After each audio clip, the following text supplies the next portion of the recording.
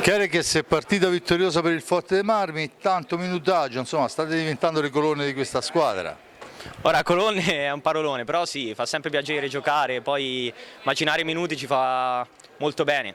Poi farlo in queste partite qui dove abbiamo più possibilità è bello. E abbiamo fatto questa partita qui senza Pato, non era per niente facile, poi un giocatore come lui sapete benissimo le sue qualità, però abbiamo fatto molto bene secondo me. È stata una gara insomma, amministrata, a tratti anche dominata, no?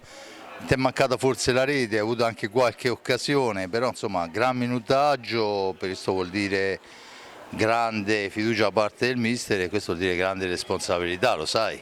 Certo, sì, quello allenamento dopo allenamento cerco e cerchiamo tutti di dare il meglio per aiutare la squadra anche in questi momenti qui di difficoltà, perché insomma reggere un campionato in 4-5 giocatori è praticamente impossibile, quindi noi cerchiamo di fare il nostro, giorno dopo giorno migliorare e dare il nostro contributo in pista. Adesso ci devi fare una promessa, quando è che sblocchiamo quell'uno che c'è scritto là in fondo alla classifica cannoniere? Il prima possibile, speriamo questo fine settimana qua. Bene, ti Grazie a ringrazio, voi. ciao Diego, alla Buona serata. prossima.